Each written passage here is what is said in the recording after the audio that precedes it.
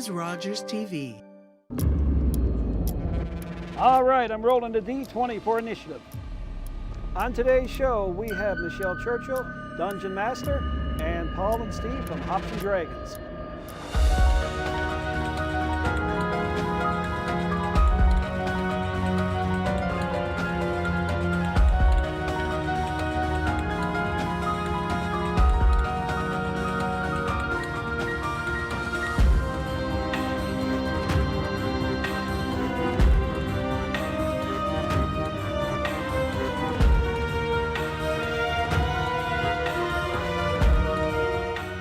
And I want to welcome to the show Michelle Churchill, DM's Guild creator, Dungeons Master, and D&D player. Welcome to the show, Michelle. Hi Darren, how are you doing? Good. So you brought quite the collection of everything here today. Yes. But before we get into this, you're going to tell us a little bit about D&D, how it got started, and how you got started into it, please. Okay, so Dungeons & Dragons started in the 70s as a tabletop game, which is a game that you play with dice around a table with your friends. Since then, it has gone through several editions where the companies rewrite it, recreate new rules, update it, and make some changes. And so currently, it's the 5th edition Dungeons & Dragons, which you can see right here. And it's also spun out to be a wide range of other things. So there are Dungeons & Dragons TV shows and inspired films. There are toys and dice and miniatures and comic books and novels and cookbooks and everything. So it can be very overwhelming if you want to get into D&D and you hear so much about D&D from actual plays or podcasts or TV shows or movies, and you're trying to figure out where do you start. Yeah. So where did you start? So I started, friends of mine played D&D, and I was really interested in it, and I read some of the books, and I wanted to play, and eventually I was very lucky that I had some friends who encouraged me to play, and I eventually decided that because I wanted to play more, that I would DM for my friends, and then that would allow me to play more, and that would allow other friends who also wanted to play more as well. And from there, I just started DMing a bunch with friends, and then I started volunteering with different events, and the rest is kind of history. And now I have a bookshelf filled with books. Now, you said DMing. What does that mean? So a DM is a player. So in Dungeons & Dragons, it's called the Dungeon Master or the DM. In other tabletop games, it's called the Game Master or GM. So you might hear, if you're starting out with a tabletop game, you might hear both used back and forth. What a Dungeon Master is they're a player too. Sometimes people forget that the DM is also the player. And they take on the role of all of the non-player characters. So your friends at the table, they're playing a specific character. As a Dungeon Master, I get to play everybody else, which is absolutely fun. You also act as the storyteller, so you're describing what the characters see, what is happening when you walk into a room. You give the overall atmosphere. You also know where all the traps are before your friends walk into them, which is fun. You also know the overarching story. So you get to kind of control where the story is going and kind of encourage your friends or take little tidbits from what they give you and work it into the story. So there's a little bit of improvisation going on. You're also sort of the referee, which I know can sound a little bit scary and a little bit daunting for some people, but for the most part, you are the one who, if they have a question, you help answer it. Most of the questions are, can I buy an elephant in this town? Or can I spend all of my gold on peanut butter? Usually they're really ridiculous. They're not usually difficult questions to answer, and it's just a matter of yes or no. You also get to give inspiration to your characters, your friends. So when your friend does something really interesting at the table, you can award them inspiration, and inspiration means they can roll the dice again and hope to get a better outcome. You also get to tell them when they can have advantage or disadvantage, depending on how the story is going, or maybe if you're a little bit mean, how you're feeling. Oh, now do you make up the story? So yes and no.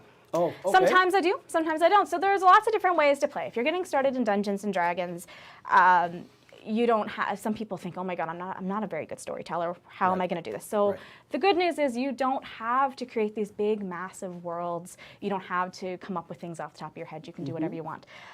Getting started, you can get the basic rules on D&D's website. The Wizard of the Coast is the publisher and producer of Dungeons and Dragons. You can get the basic rules there for free and go from there. And that'll tell you how to make basic character. It'll give you some information on how the game is actually played, and it'll give you some information on the monsters. So that's a good starting point. Yeah. You can also get one of these starter sets, which is available at most bookstores and game stores around town. You can also get them online if you prefer. Would that be the starter set? Would that be for the person playing or the person like you, the DM? So these are great. These are for everyone. Okay. So you would buy this for if you wanted to, if you all want to, your family wants to get started in Dungeons & Dragons, don't know where to start. This is a great place to start. The starter set, or this is the essentials kit, the one that came after. Yep. If you want something for the cabin, if you're looking for something for your youth group or after school program, great place to start. It has inside, we'll see how much my kids have taken out of it. There you go.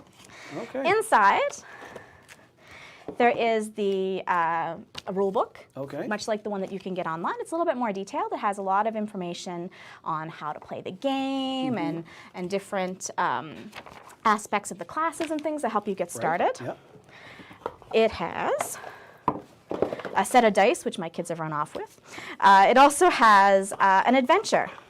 So this one has a starting adventure that is all ready to go. So as you mentioned, if you have to create your games, you don't have to. You can certainly purchase something like this that comes with a pre-written adventure. The pre-written adventure has all of the monster stat blocks in it.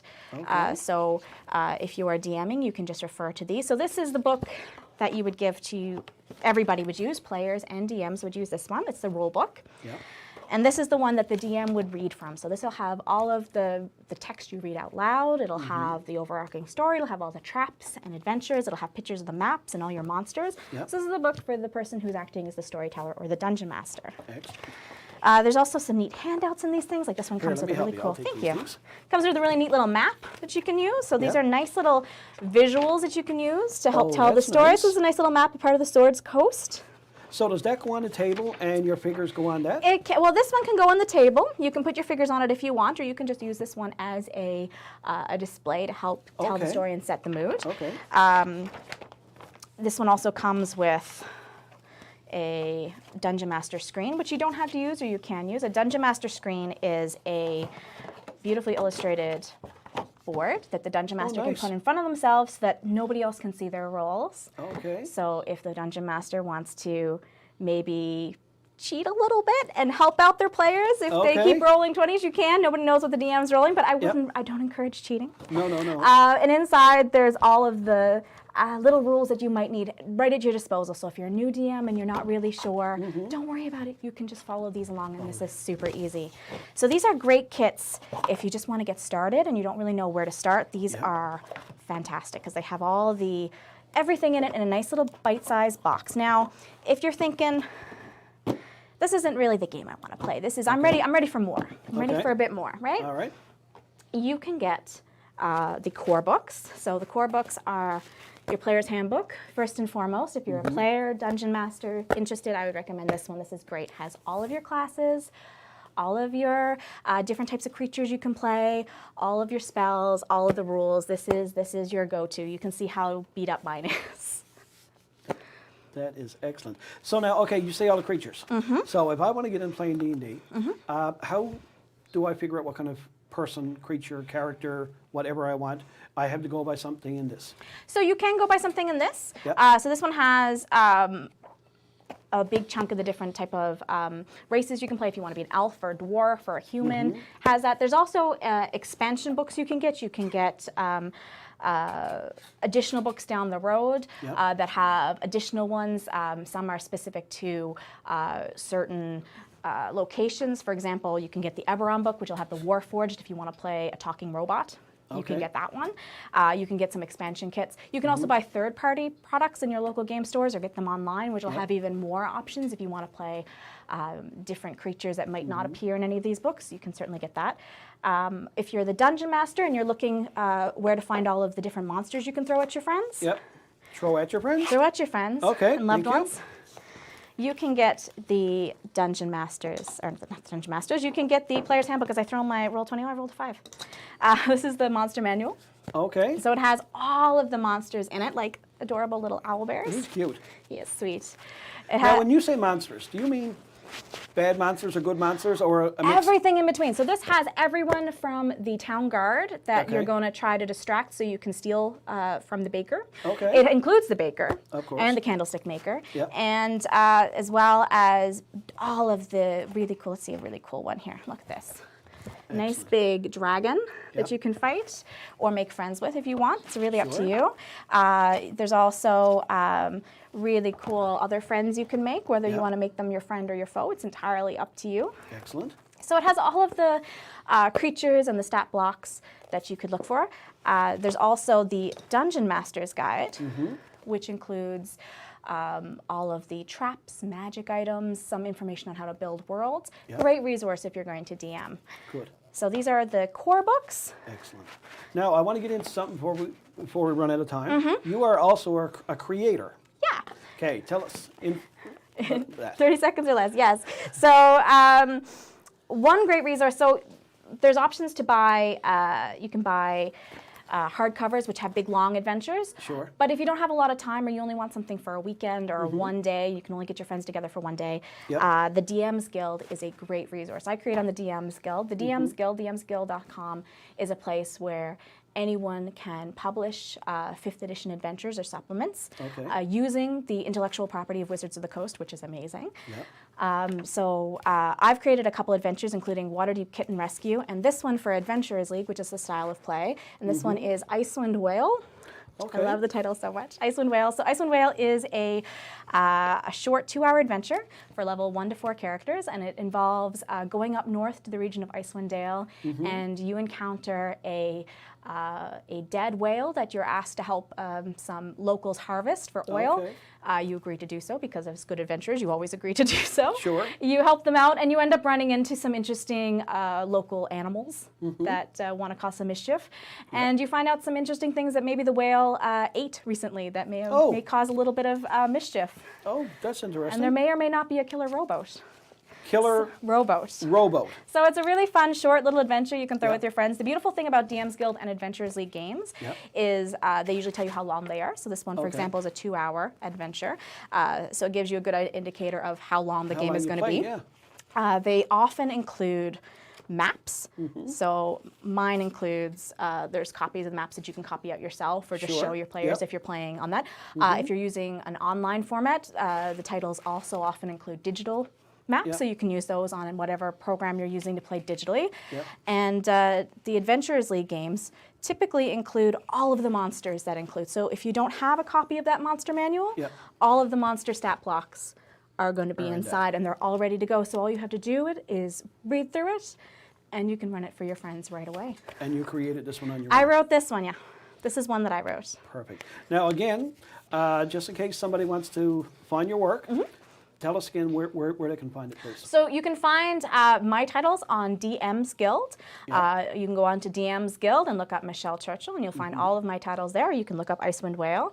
Or you can find all kinds of titles made by all kinds of creators from all around the world by looking through their catalog there. And they have everything organized by type of environment. If you want to play an Arctic game, you can play an Arctic game. If you want to play something that's in the desert, you can do that. If you want to play something that ties in with an adventure you just played, like thinking, oh, I really love the town of Waterdeep, I want to go back there. Sure. They have a whole list of games set there. So it's really easy to navigate and find games that suit your needs and interests. Excellent. Well, Michelle, thank you for coming on the show today. It's been very educational in the world of D&D. And we'll be right back after this.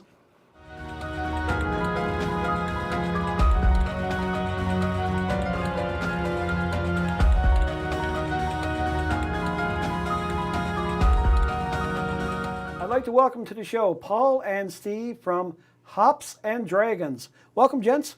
Hi, welcome, thanks. Tell me about Hops and Dragons.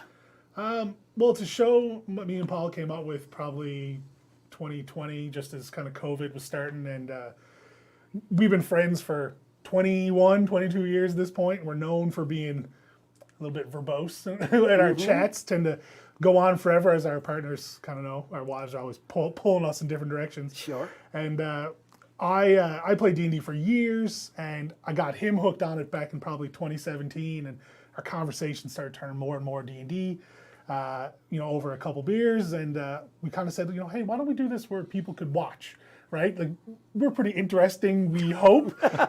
So, we went for it, right? We took Right. some time. Paul is amazing at, kind of the social media type thing, and we're very lucky that his partner, Anna, is a good graphic designer, and we managed to set up a really good overlay and, logos and stuff, and we went for it, and it worked. It's pretty amazing. So you guys play D&D, have a drink, televise it, and people watch you. It's a recipe for success. It isn't, isn't it? Right, yeah. So I'm a huge lover of craft beer. Yep. How the industry here all across North America has changed. Right. And especially here in 2018, I think we went from like 4 breweries to something like 18 or 19 or something in 1 year. Wow. So there was that side of it, and then it was like, how can I blend these two loves that I have to be able to like sit down and do something and spend more time with with one of my best friends as well. Sure.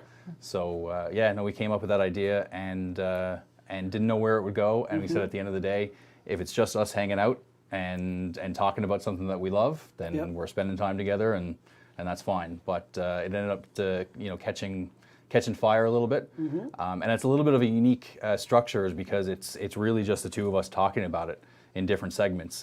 We've got a couple segments like we talk about a rule that you might not know. Okay. Because one of the goals is we wanted to basically educate people about it if they were seeing it for the first time. Okay. My goal was to educate Paul, because I was dungeon mastering for him in our game, and Paul's Right. famous line was he'd pick up dice and go, "This many?" This many, So okay. my overall goal was Yep. to educate him a little bit, and Right. I think it's worked out so well. A little bit, yeah. So some of the other segments we have is the useless item of the week that you do, Yeah, which is fun. and what else? We do Really Meant to Know, useless item. We do the news, so we kind of keep track of, D&D news, D&D Right. Beyond, Roll20, and Critical Role. Okay, hold on. all those Now we things. got to go back to the useless item. Sorry. Okay, What's all that about? so it lets me be silly for 1 minute a week or a couple minutes a week. I think it's a little more than that. But Yeah. A little bit. I'm just thinking because the most recent one, we just did episode 40 Right. just recently, and the useless item was the Cowardly Shield, which was a shield which normally provides a +2 to AC, which is your armor class. Right. This shield provides an additional +2 to your armor class and your saving throws, which, that's awesome. But when you get hit with an attack, the shield is alive. It doesn't want to get hit. So you have to make a strength check, or the shield will jump out of your arms and run away. And if that lowers your armor class enough that you now get hit, you get hit instead. And I usually do a little story along with it. So this one was a cleric, Kalahano. It was his shield, and the shield's name was Reginald, I think. And this was kind of this silly little moment, right? Gotcha. Yeah, and at the end of the day, it's a useless item because it doesn't do anything. That's what I was going to say. It Right, doesn't so- do anything. No, So it why doesn't. would you want the shield in the first place? Yeah. Yeah. It's a good question. I don't know, but we always like the idea that maybe like I put them in my home game with our home game, our table, and maybe people would put them in theirs just as a joke. Yeah. Excellent. So, you were what other things you guys talk about? So we those are a couple segments, and we wanted to break it up. So like part of it was thinking ahead, because I've got experience in digital marketing. That's what my career is in. So I wanted to be able to break it up into segments where it was 10-minute, 15-minute segments where you can cut it up and have it on YouTube. Right. Because right now what it is, it's a podcast interview style show that's live streamed on Twitch. Okay. And then we can take all the content from that and then cut it up, put it up to podcast, audio podcast, put it on YouTube, et cetera, like that. Just in case somebody doesn't know, what is Twitch? Twitch is a platform. I think it's through Amazon. It's mainly used for people to stream themselves playing video games. Okay. So you'll often see people. They'll have mainly it'll be the video game, and then in the bottom corner you'll see a face, kind of. And it's just a place where people, like, communities kind of come together. They can chat, be silly. You can do community rewards, community goals, and Right on, yeah. it's a nice way to kind of stream too for us, because it gives a good platform to kind of gather the video and the audio, and then kind of package it up a little nicer, and then put it out on the YouTube and whatnot. And we had a bit of a unique experience too, because like Tilley said, the majority of the people that stream video games, or they stream actual live play games of D&D. Right. Whereas where we're more of like an interview podcast discussion of it. There's not very many people doing it in this D&D category. Okay. So I think we've got a little bit of growth because of that very, very quickly, because when you scroll down through all of it, you see 7 players here, 5 players here kind of thing, and then you see us and it's just the 2 of our ugly faces. This is a beautiful faces, man. Come on. We're going to say handsome or beautiful. Yeah. That would be awesome. So I think it's kind of a unique experience that I'm seeing a little bit more now of it. Yeah, so one thing, and this was Paul's idea, and to give Paul credit, I thought this was going to flop. I thought this was going to be the worst idea we had. I was against it. And I think it's one of our most popular segments, which is good for Paul for sticking to it. We do a CR Monster Battle of the Week. Okay. So CR is combat rating, so every monster in D&D has a rating from 0 to 30. And what I do is I take 4 monsters each week of the same combat rating, and we put them on a poll online that our viewers can vote on, and the top 2 we put in our CR battle arena. And Paul will take one, I'll take one, and we kind of highlight some of their abilities and show some of the strategies you can use, and it ends up being a really fun time. And people on Twitch, one of the things they can do is use channel points to help us out. They can give us inspiration or give us advantage on our next attack, that kind of thing. Anyway, since we started doing it, like Paul said, we're starting to see more and more people kind of take the idea a little bit and do their own little twist on it here and there. I'm not saying necessarily we were the first, but we're starting to notice it more often here now. Yeah. So do you guys have people on playing, or is it just 2 of you playing, sitting down, having a little drink? Yeah, we generally don't play a lot outside of that battle. It's like the one-on-one battle. Yeah. We just discuss things. We talk about different topics, because the whole TTRPG, the tabletop role-playing game system, mainly focused for D&D for us. Yeah. There's a lot more than just the game, right? So, and this is something that we kind of knew at the beginning, and something that we started to learn as we went through, as a community was built around us, and we started to learn how different people from all walks of life basically all came together and play. So I mentioned the whole community thing, and that was one of the things we didn't expect at first, was that there's this really, really loving, vibrant community. Amazing. And about halfway through, at the beginning of, I'd say probably halfway through 2021, we realized that this wasn't a thing that we were doing anymore for us. Yeah. It was something that we were, along with our community, along with the greater D&D community, we're building up these, creators, ourselves and others, to be able to have a safe space on the internet to come and hang out. And the amount of times that I've had people reach out to me, and I've talked to other people too in the space, where they said, you know what, I look forward to your shows on Thursdays every single night or every single week, because I can go there and talk to other people that are like me, or that I don't feel comfortable anywhere else on the internet. And we made it a point to basically foster a really, really safe space. Is the only way I can say it, where everybody's welcome at our table. Right? Yeah, because I mean, the internet, especially when it comes to D&D, tends to be a little bit, when you're just looking at the books and you're looking at the rules, tends to get very argumentative and tends to be very opinionated, and sometimes gets a little negative. So we try to foster, as if you're having fun, it doesn't matter what the rules say. At the end of the day, like, these books are great. They're a great starting point. A good way to put it is like they give you a language to kind of speak and explain the rules to each other. But really all that matters is what happens at that table. I mean, whether it's a physical table like we do or a digital table like lots of other streamers do, really, as long as those people are, consenting and they're having a good time, like, who cares what the rules say, right? I mean, that's kind of what we try to push. That's our goal at the end of the day. Yeah, I mean, we played on Saturday, just our home game privately, not streamed, and I made up rules on the fly. Oh, sure. So, and I think they had fun. There was a zombie shark. It was awesome. A what? It was a zombie shark with skeletons inside of it. Zombie shark with skeletons inside of it. Yeah, the skeletons picked the shark up and walked. Yep. And anyway, D&D is awesome. Yeah. Like, it's such a fun game, and you can really let your imagination go, right? I love that. And you can just, like, the books give you half the story, right? And you can really just take what Wizards has written and change it to be whatever you want it to be, right? It's imaginary. And like I said, as long as everybody's okay with it, as long as you're not doing anything to hurt anybody or make anybody feel uncomfortable, like, the world is yours. Yeah. That's one thing I find about this day and age is, like, a lot of people like you guys, and God bless you for doing it, a lot of people find what I call safe spaces on the internet for people to go join a community, no judging. Nope. Just because I'm this, I'm that, I'm whatever. Everybody's equal, and I think that's awesome what you guys are doing.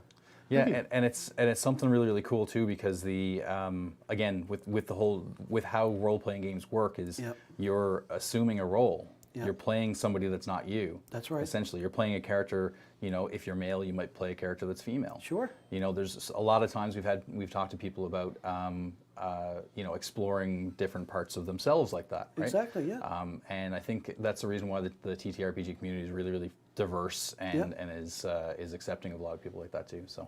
That's excellent. So guys, Paul and Steve, how can somebody find you or contact you? Give us the full rundown of where you're to everywhere. Yeah, so we stream new episodes every single Thursday at 6 p.m. Eastern Time, so it's the 7:30 Newfoundland time. Yep. On Twitch at twitch.tv/Hops and A&D Dragons. There you go. Okay. Just search Hops and Dragons anywhere, so you can find us on any social media. It's the same username everywhere. Some of our older episodes are on YouTube as well. And then, so every, as of right now, I mean, this changes, but Tilley unfortunately had to go out west for work. Sure. So he's out there every 2 weeks, or for 2 weeks, and then back every third one. During the off weeks when he's out there, I started a segment called Random Encounters, where we have guests on from all around the world. Yep. And those are in the same space. So that's the best way to find us. Perfect. Well, gentlemen, thank you very much. Keep up the good work. Thank you. It's a pleasure talking to you guys. And we'll be right back after this.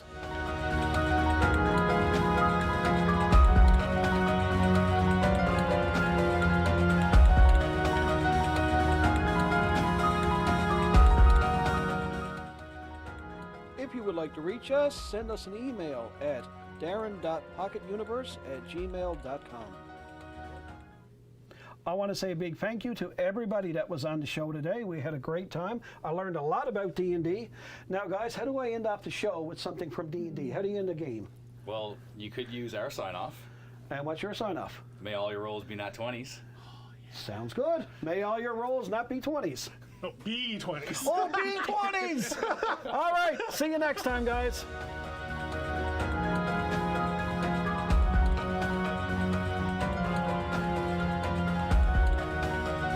So there are a few members here in Newfoundland. Yep. But we're all the Atlantic provinces are all part of the same garrison. Okay. So just without giving out any names, of course, here in Newfoundland, what characters are here that people might see at a convention or an event? Like from the 501st is yours, General Hux? Yep. I also do a Jawa.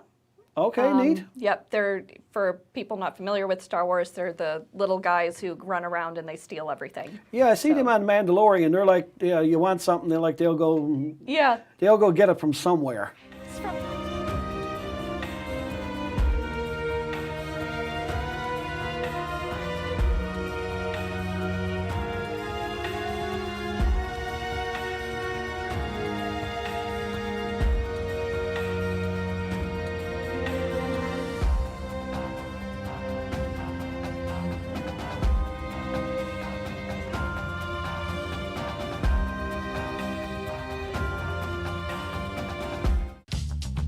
This program is brought to you by Ignite TV. Now you're in command. Visit Rogers.com for more details.